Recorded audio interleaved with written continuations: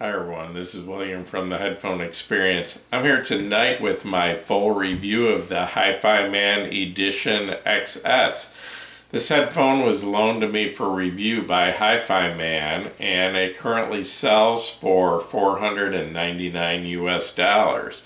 This is a wired, full-size, over-the-ear, open-back headphone.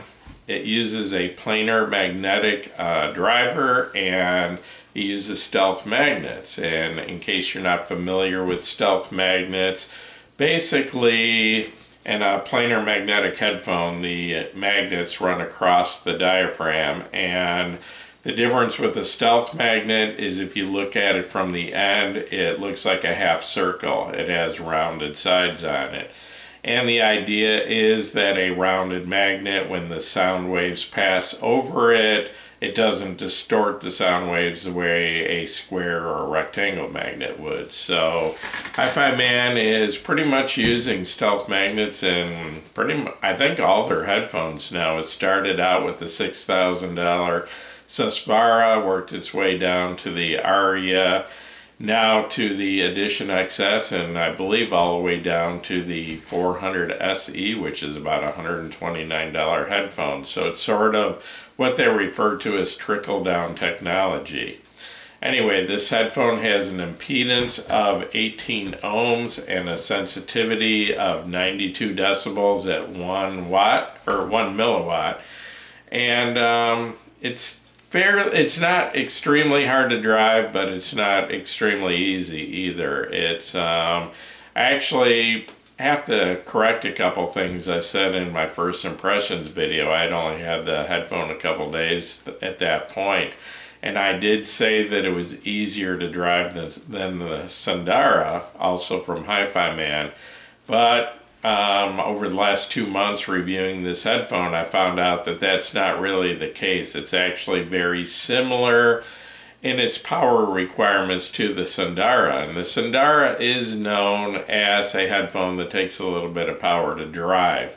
Although in the picture you can see behind me that that's the iFi Audio, what's the name of that? The HIPDAC-2. And it's a small portable unit, fairly inexpensive at $189, and it actually does a pretty good job of driving this headphone. So it doesn't need a crazy amount of power, but it needs a decent amount, more than a phone or something like that's going to put out. So anyway, Hifiman claims a weight of 405 grams. It came in at 412 on my scale, so we're pretty close there. It does have a detachable cable, and it's about 5 feet long. It's covered with a rubber material, and in fact, this cable I think is exactly the same as the one that comes on the Sundara. You've got your 6.3 millimeter connection at your amp end, which is actually an adapter that comes off and it goes down to 3.5 millimeter. And then at the amp end, you've got your pretty much standard 3.5 millimeter connections, which is, I think all of the Hifiman headphones are using that now and have been for a while. And anyway, this is about, if I didn't say, it's about 5 feet long. And I mean, it's adequate, but Hifiman is known, they have sort of a reputation for kind of skimping on the cables, and I think the quality of the wire and all that's good. It's just that, like I said, people just kind of, most people end up trading up on the cables, especially with the more expensive headphones. But it's adequate, it does a job, and the sound quality from the cable is just fine. So, it's more of a,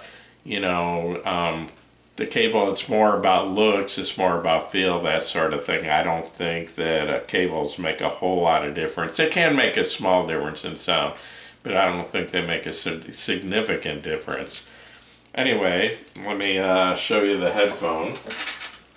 And this is the Edition XS. You can see that it has the same shape of ear cups as the Aria does. And in fact, I've got an Aria here I can show you in comparison. This is the This is the third version, the stealth version, and they're identical in size. The ear cups are identical in shape. They do have different headbands and they do have different yokes, and the Edition XS has grills that have a silver finish on them, where they're black on the Aria, but you can see they're very similar headphones. And I'm moving a little closer here. You can see this does have, you know, like I said, a different type of headband. It's well padded. It's actually comfortable. It has click adjustments on the yokes. They slide in and out, and I think I'm somewhere in the middle, about the fourth setting, and I think I have a pretty much average size head.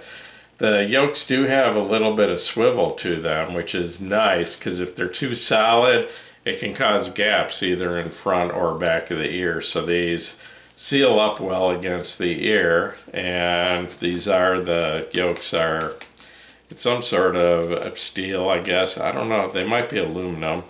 Not sure, they're pretty light, but anyway, if I hold the headphones at the right angle here, you'll be able to see that the ear pads are tapered, thicker in the back, and they're I believe it's a synthetic leather around the outside, and sort of it's a cloth, not really a felt, but a cloth material inside, but large oval ear cups with plenty of room for your ears. I don't think I've ever felt my ears touch the inside of the ear pads or the grill over the driver at all. Plenty of room. And so you can see it has your 3.5 millimeter connections on both of the ear cups. As far as comfort, these headphones actually, at 405 grams, that's pretty much average for a full-size headphone. They're not extremely light, but they're not heavy either. But because of the large ear cups, it spreads the pressure out, it spreads the weight out, and they're actually very comfortable. If you've ever tried an Aria, it's one of the most comfortable headphones made. These feel very similar. They're about the same weight. I think they're actually slightly lighter. The only issue I have with comfort with these is I found out that how high you wear these on your ears. I can turn my head a little bit and show you. I'm wearing them pretty low, where my ears are almost up to the top of the ear pads. And the reason I'm doing that is it makes a lot of difference with the sound stage. Raising them up, lowering them can cause a lot of difference in the width and the height of the sound stage. And I found out that I like it better with them down lower. And it's the same thing with the Aria, but what that does is it puts the bottom of these long ear cups down right on my jawline, and that takes some getting used to. I'm not used to feeling headphones way down there. I mean, it's just a really tall headphone, and even with it this low, my ear is not touching the top of the ear pad. But what I found out is if you wear them too high, where your ear is down in this part of the diaphragm here, I tend to and I found this out first with the Aria, I tend to get a sound stage that's narrow and really tall, and a lot of the sounds, it seems like it's coming from above my head, or, you know, up. It feels like I'm sitting maybe in the front row of a concert looking up at the stage, and the music's coming from up there. But when I wear them too high, it makes this sound stage real narrow, like I'm in a tall, narrow room. Where if I move them down lower, then the sound stage moves from up here to down where I believe it should be, like at eye level, and it makes it wider. So a lot of people have complained about the new Aria, the stealth version, having a narrow sound stage, and it's definitely not as wide as the V1 or the V2 Aria, but it's really not that bad if you wear the headphones down at a lower level. The vocals are still kind of narrow, but the music, the different instruments and all that actually have decent width to them. And this is kind of the same way. You know, like I said, if I wear it too high, I get a tall, narrow sound stage, where if I wear it down lower, I get more width and it's more down at eye level. It seems more natural. So anyway, so the comfort, like I said, they're light, the ear pads are soft, they're comfortable, but that having the ear cup come down to my jaw, to the bottom of my jaw, like I said, it takes a little bit of getting used to, but once you do, I don't think it's going to be a problem. It just feels unusual because most headphones are going to sit probably about an inch higher if they have round ear cups, or, you know, ear cups that aren't as large as these. So anyway, getting into my review, the music I use to listen to these is typical for what I normally listen to. Different types of rock music, some pop, some electronic, some acoustical, a little bit of orchestral, just mix it up a bit. And my source has been CDs, and I'm using a Cambridge audio CD transport, and I've run into a few different DACs while testing this headphone. I did have the very nice Denafrips Pontus 2 DAC, which is right now probably my favorite DAC. And I also had the also very nice Audio GD R8, which is an R2R DAC, like the Pontus from Denafrips, are both R2R DACs, and I've really taken a liking to R2R DACs. And also, while reviewing this headphone, I used the Topping DS70S, that would be the MQA version, and that's another DAC that I really like. It actually has a very R2R sound to it. And then headphone amps, I use the Audio GD Master 9, the Burson Conductor 3 Reference, a couple of tube amps from Waveborn, the Edelweiss 3, the Preamp Plus, which is an OTL type tube amp, and the Power Amp Plus, which is a transformer linked headphone amp, also a speaker amp, but I use it primarily as a headphone amp. But anyway, also I tried this on the portable unit, the i5, I can't think of the name, the HipDAC 2, and on the i5 Zendeck, which you can see sitting on the desk behind me. It's sort of my desktop amp. So anyway, I've tried it with quite a few different amps and DACs, because I hate to just try a headphone with one amp or one DAC, because they don't always match up the way you expect them to. And I've seen reviews where someone based the sound of a headphone out of one headphone amp, and I hate to do that. I really like to try at least 2 or 3 different headphone amps in a review, because some headphones just don't work well with some amps, and you know, to get a fair idea of what a headphone actually sounds like, I think you gotta try it with a few and then kind of average it out, or you know, figure out which has the best synergy. But anyway, then headphones, I compared this to 5 different headphones, and for different reasons. To start with, the Sundara, also from Hifiman, and the main reason I wanted to do that comparison is a lot of people have heard the Sundara, a lot of people have the Sundara, and people keep asking the same question: is this an upgrade to the Sundara? Is this, you know, a sideways step, or is this actually better than the Sundara? So I'm going to try to answer that question in this review. I also compared this to the Hifiman HE560, which isn't as common. There are not as many around, and I actually prefer the 560, which is older than the Sundara, to the Sundara. The problem with the 560 though is it needs a lot of power, about double what the Sundara does, but I really like the 560, and when properly amped, I think it actually gives the Aria some competition. Also compared this to the Aria I showed you a minute ago, because a lot of people are asking the question, how close is this to the Aria? Is it as good as the Aria, or is it nowhere close to the Aria? So I plan to answer that question for you.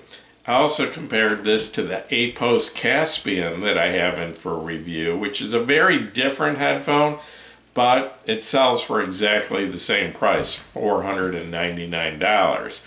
So I wanted to compare the two primarily for that reason. The APOS is actually a dynamic driver headphone.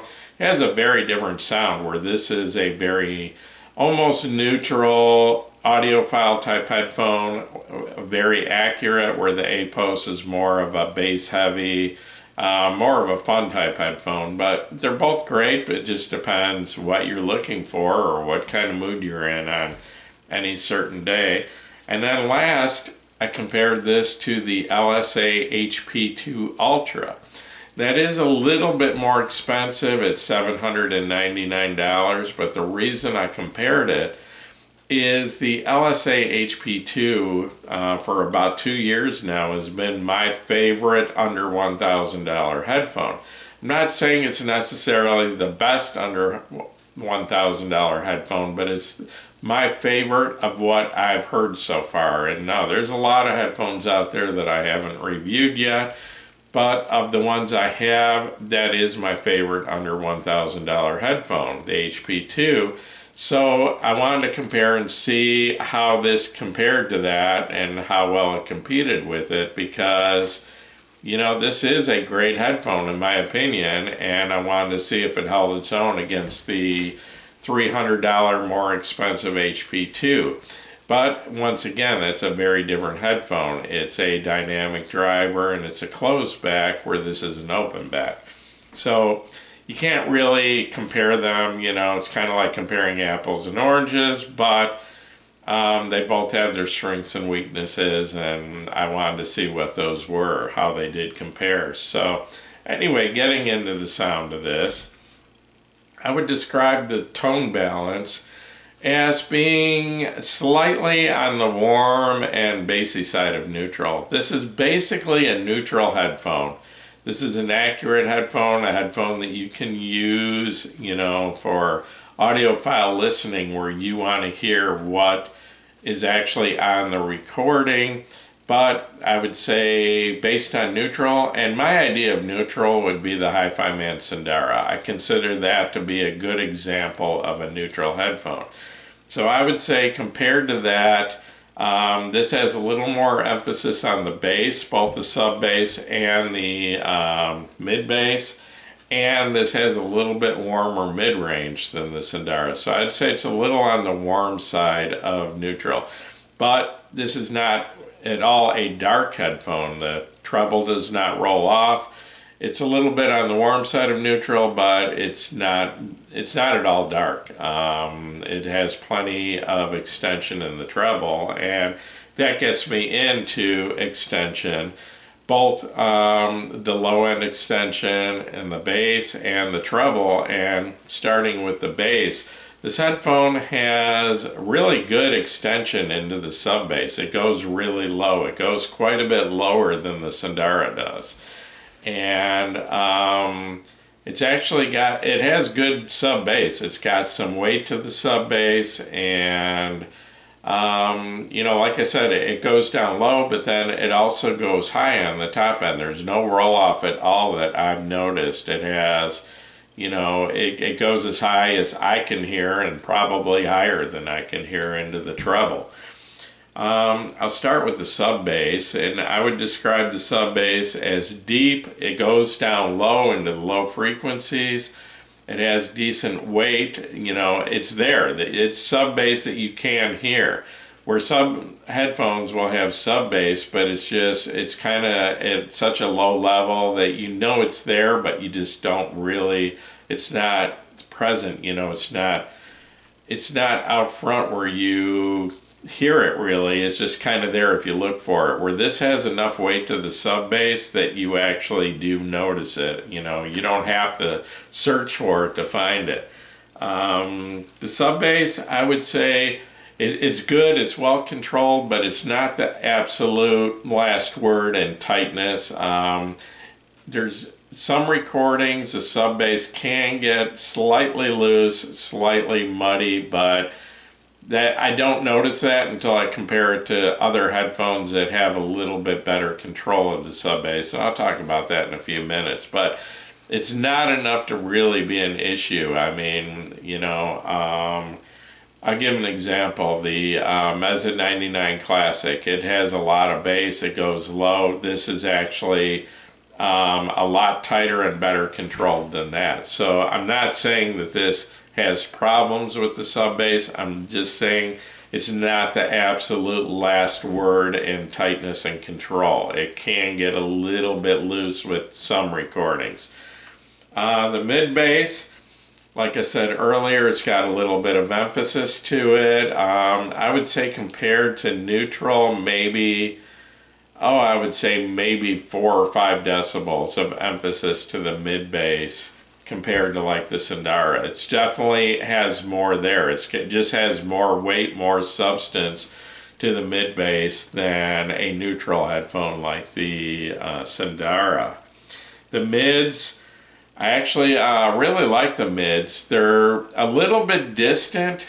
Once again, comparing it to the Sundara, the mids, the vocals are a little more up front, a little more in your face, where these are a little bit more distant, but, they're also quite a bit warmer, and like female vocals, I think just sound a lot better through these headphones than a headphone I describe as neutral. It's just got a warmth to it. It's just a richer sound, a little more liquid, and just more pleasant in my opinion. I really like it. It's just that because the mids are set back a little bit, it kind of creates the illusion of not having quite as much detail because it's not right in your face the way some other headphones are. The treble on these is, like I said, well extended. It's very clean, very detailed, has a lot of sparkle to it. Bells, chimes, and everything. The ring is very clear, very precise. I have no issues at all. Some people consider Hifiman headphones to have treble that's a little bit too bright. I'm not one of those people. I actually like my headphones slightly on the bright side, and I'm one of those people that really likes Hifiman treble. It's some headphones, the treble's rolled off, and I prefer a little bit of brightness to the treble. I really like the treble on these. It's very similar to the Sundara, and I think the Sundara has great treble for its price. So, getting into detail, the detail on these is very good. The Sundara, I think, has the best detail of any headphone in its price range that I've heard so far. At $350, actually I think the Sundara is down to $299 now, which is an outstanding deal. And I've been recommending the Sundara for like 3 years now. It's the best under $500 headphone. And actually this headphone, because it sells for $499, I can call it an under $500 headphone. And sorry to say, those of you that have the Sundara, this has replaced the Sundara as my best under $500 headphone, and I'll tell you why. I'll compare directly to the Sundara in just a minute. So anyway, but getting back to detail, to me the Sundara actually sounds like it has a little bit more detail in the mid-range.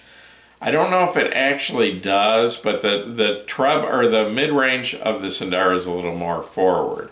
So I'm not sure if that is creating the illusion of a little more detail because the volume is turned up a little bit on the mid-range, or this headphone because the mid-range is a little more laid back and a little bit warmer. I think the detail is there, but I think it's just creating the illusion that it doesn't have quite as much detail. I mean, when I listen to the Sundara, I feel like I'm getting slightly more detail in the mid-range, the upper mid-range than this, but I don't think this is lacking detail. I think it's just that the volume of that range, the upper mid-range, I think is just a little bit lower, so that's just, it's putting a little more distance between me and those frequencies, which just, like I said, it turns the volume down a little bit, so it creates the illusion of a little bit less detail. But like I said, I don't think this headphone is actually lacking in detail at all. Getting into the sound stage, this headphone is a little bit unique, and the reason why is because of these tall ear cups. And like I was explaining earlier, where they are positioned on your head, whether they're up where your ears are in the bottom part or whether they're down where your ears are in the top part, makes a lot of difference. The lower I wear them, the wider the sound stage gets. The higher they go, the taller the sound stage gets. So basically, I would say the width, if I have these in the right position, the width is good. It's actually, I would say at least average, the width of these. I don't have any complaints about the width of the sound stage. These actually, getting into the height of the sound stage, these actually have really good height. I'm hearing sounds from down low to way up here. I mean, a lot of sound up over my head and all around, so there's a lot of height to the sound stage. And then the depth is fair. I haven't heard a Hifiman headphone yet that I would say really has good depth of the sound stage, but I haven't heard their higher end stuff. The Aria is the highest I've gone on the Hifiman line so far. Hopefully I'll get up there into the HE560 SE. I'd love to hear us as far as someday, but that opportunity just hasn't been here yet. So anyway, the imaging is very good. It's not the absolute last word. It's not the most precise imaging I've heard, but it's very good. You can locate each instrument, and there's very good separation between the different instruments. Dynamics. The dynamics of this, I didn't notice this at first, but this headphone actually has sort of a soft, relaxed sound. It's not the most dynamic headphone. It does not have a whole lot of punch, and I didn't really notice that listening to it on its own, but when I started comparing it to the other headphones, I noticed that all 5 of the other headphones had a little bit more punch and a little more slam to the sound. They're all more dynamic than this one, some more so than others, and I'll go through each of the 5 headphones in just a second. So it doesn't make it a bad headphone. It's just got a little bit of a softer, more easygoing sound than some of the other headphones. It's still very enjoyable though. As far as fatigue, and I'm referring to listening fatigue, well, I'll talk about both listening fatigue and comfort. As far as the comfort, I don't have any fatigue issues with this. Like I said, just a little bit of getting used to it, riding lower than other headphones. As far as listening fatigue, I would say it's very low on this headphone. There's very low fatigue. It's having that softer kind of laid back sound makes it low in fatigue. Having that warmer mid-range makes it low in fatigue. And the treble is very clean. There's no harshness in it. I don't hear any sibilance. The kind of things that wear out your ears over a long listening session. So I would say as far as listening fatigue, this headphone has very little, and it's very pleasant to listen to for a long time. And then forgiveness, and by forgiveness I mean, can I listen to a less than perfect recording with this headphone without it irritating me?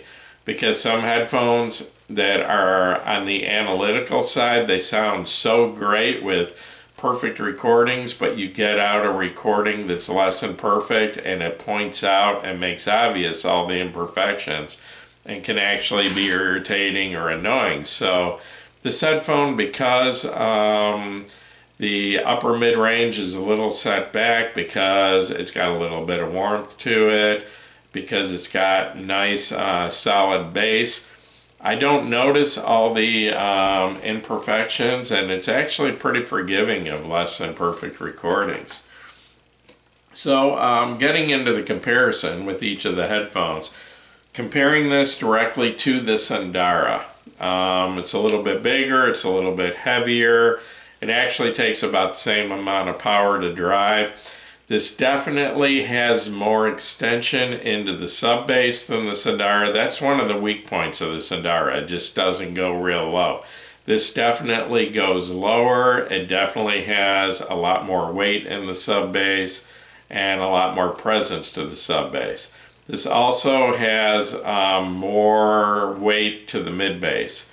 The bass is just a lot more present on this. You would probably have to give the Sundara about 4 or 5 decibels of boost in the mid bass to be in the same place that this headphone is. So it definitely has more bass. If you thought the Sundara lacked in bass, you're probably going to be happier with this headphone. The mid-range, the Sundara, is very detailed but can sound a bit analytical at times, and it can really bring out imperfections in recordings, where this has a warmer mid-range. And I just think that especially female vocals just sound a lot nicer on this headphone than they do the Sundara. They just sound a lot more rich, a lot more lush, a lot more liquid. And it's just more enjoyable to listen to. It might not etch out quite as much detail as the Sundara, but it's just more pleasant. So then the treble, I would say it's pretty similar between this and the Sundara. And but I would say that the extension into the sub bass, the extra weight of the mid bass, and the richer mid range, I would say makes this a better headphone than the Sundara. So the question I keep hearing, is this an upgrade to the Sundara? I would say yes. In my opinion, it is. Like I said, the Sundara is more on the analytical side, and you might get a little bit more mid-range detail out of the Sundara. But other than that, I would say this is probably better than the Sundara in every other way. So yeah, I would say this is an upgrade. It's not a huge upgrade, but it is an upgrade from the Sundara. Comparing this to the HE560, the HE560 needs a lot of power, probably twice what this does. So if you don't have the amp, this is going to be a better choice. If you're using a portable, this is going to be a better choice. Okay, the 560, in my opinion, has a lot better sub bass than the Sundara, and that's why I've always liked the 560 over the Sundara. I would say the two have very similar sub bass, this and the HE560. Where this beats out the 560 is the 560, even though it had very good sub bass extension, it kind of lacked mid bass. It didn't have, I would say the mid bass was pretty much neutral. So the 560, if you listen to music with a lot of sub bass to it, it sounded like a bassy headphone. But if you listen to music that only had mid bass and no sub bass, it sounded like it was lacking. So this, the sub bass is about the same on the two. I think the HE560 might be slightly tighter, a little bit better controlled, but this definitely has quite a bit more weight and punch to the mid bass than the HE560. This, once again, has a slightly warmer mid-range than the 560, but the 560 seems to be a little bit slightly more detailed, up there in the upper mids especially. The treble, once again, kind of the same. The sound stage, about the same width with this and the 560, and also going back to the Sundara, I would say this has about the same width as the Sundara sound stage, but this definitely has more height to the sound stage than either the Sundara or the HE560. So a lot where the Sundara and the HE560, I'm hearing the sound pretty much around here, where with the Edition XS, I'm hearing it also up here, a lot of sound over my head. And, you know, but I really like the 560, so it would be a tough decision. Properly amped, I'd say the 560 and this are pretty close, with the 560 having enough power. But if you don't have an amp that's putting out like 3 watts per channel or more into 32 ohms, this is probably going to be your better choice. If I had a 560, would I consider this an upgrade?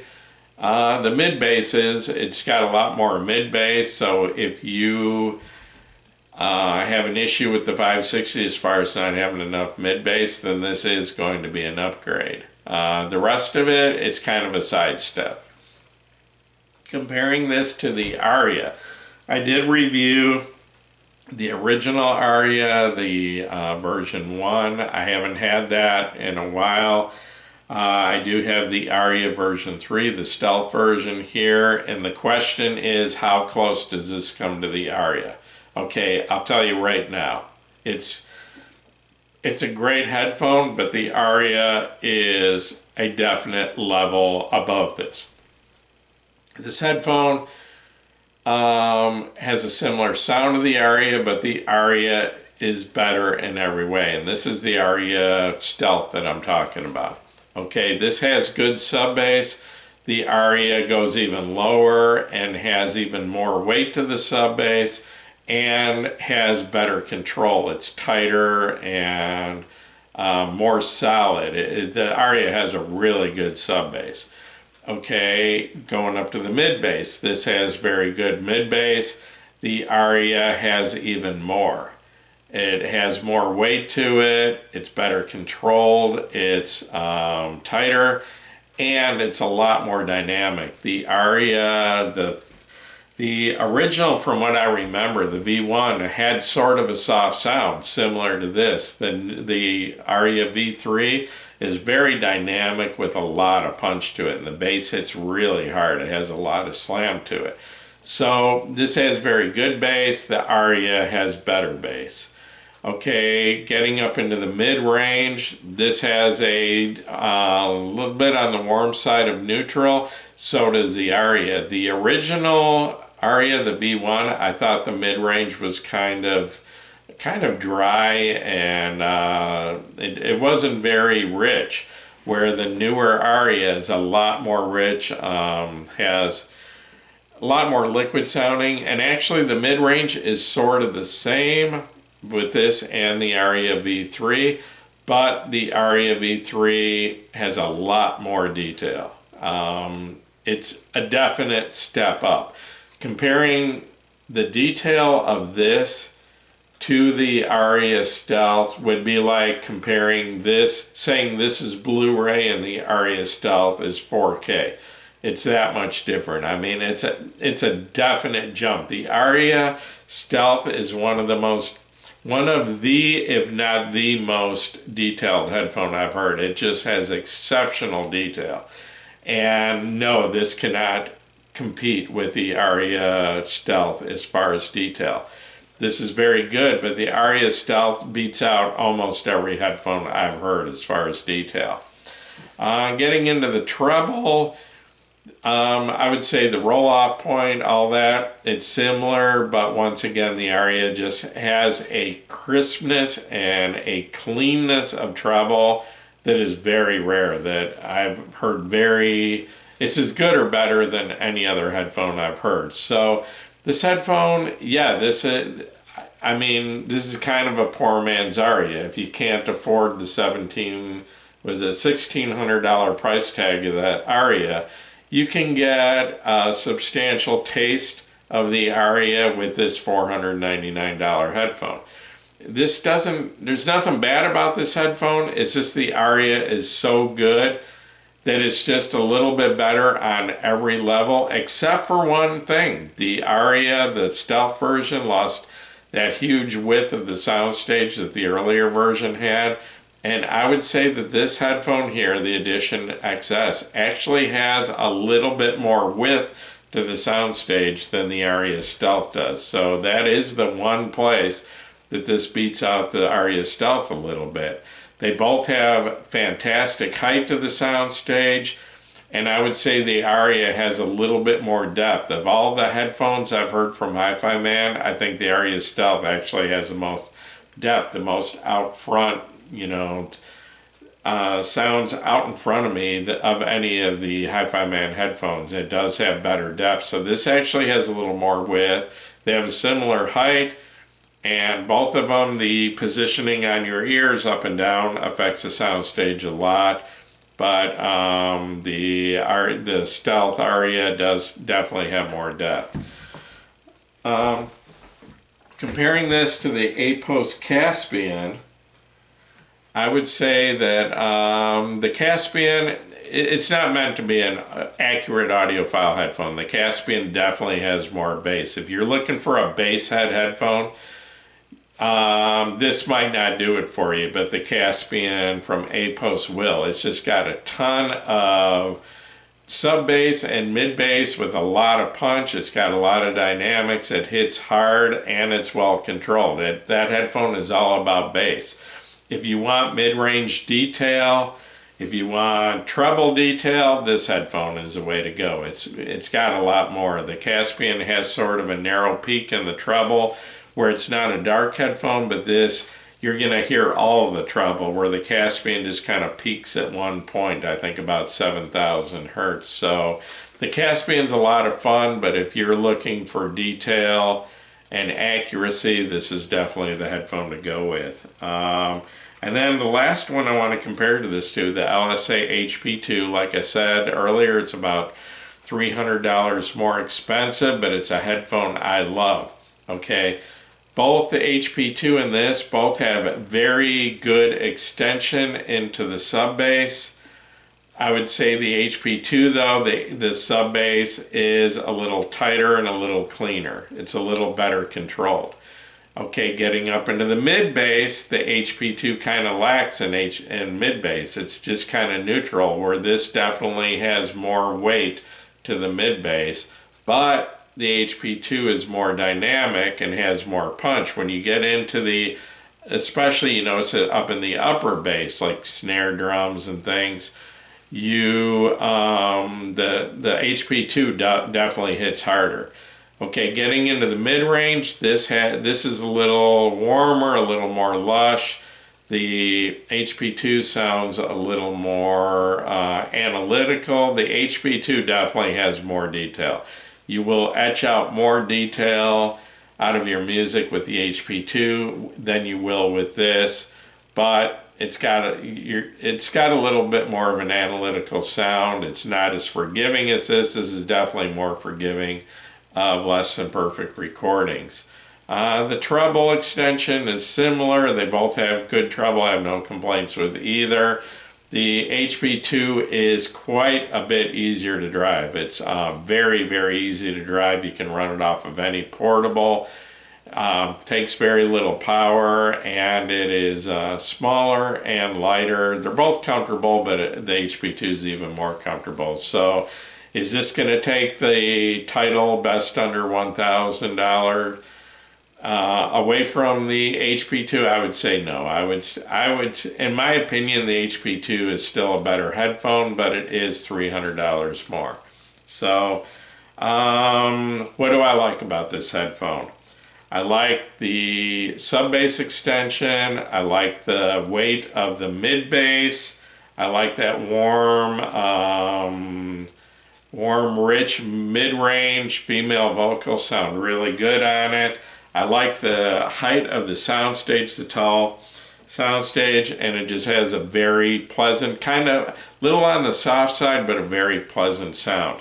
Dislikes, the only dislikes I have is, like I said, you have to move it around to get the soundstage balanced out right.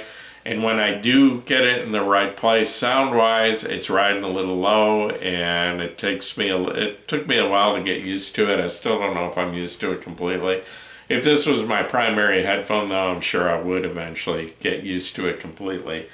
And then the cable. I mean, it's adequate, and I don't think switching cables is going to make a lot of difference sound-wise, but it's just it's got kind of a cheap feel to it. Like I said, I think it's the exact same cable that comes on the Sundara, and I've heard quite a few complaints about it, and I did have a Sundara cable go bad on me, but Hifiman, all I had to do is contact customer service, and in less than a week I had a new cable in the mail for free, no charge. They took care of it. So, you know, as far as that, I mean, Hifiman does have good customer service, and I think they stand behind their products.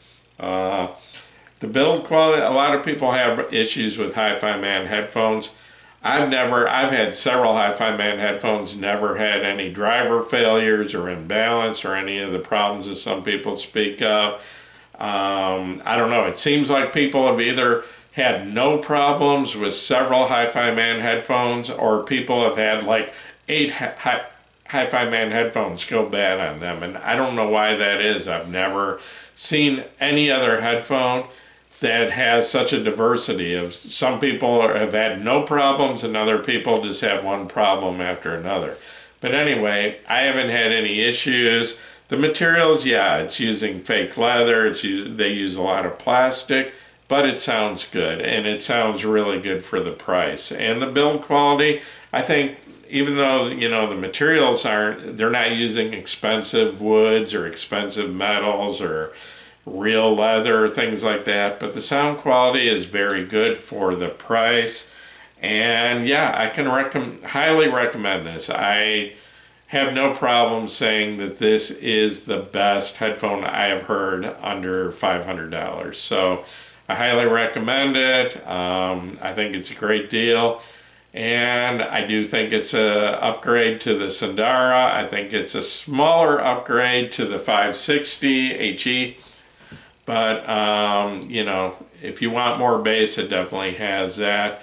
I recommend it, and I'm going to wrap up this video. It's gone way too long, so I've been doing that a lot lately. I start talking, and especially if it's something I like. If I'm reviewing something I like to talk about it and recommend it to people. So anyway, once again, this is William from the Headphone Experience. If this video has helped you, please give me a thumbs up.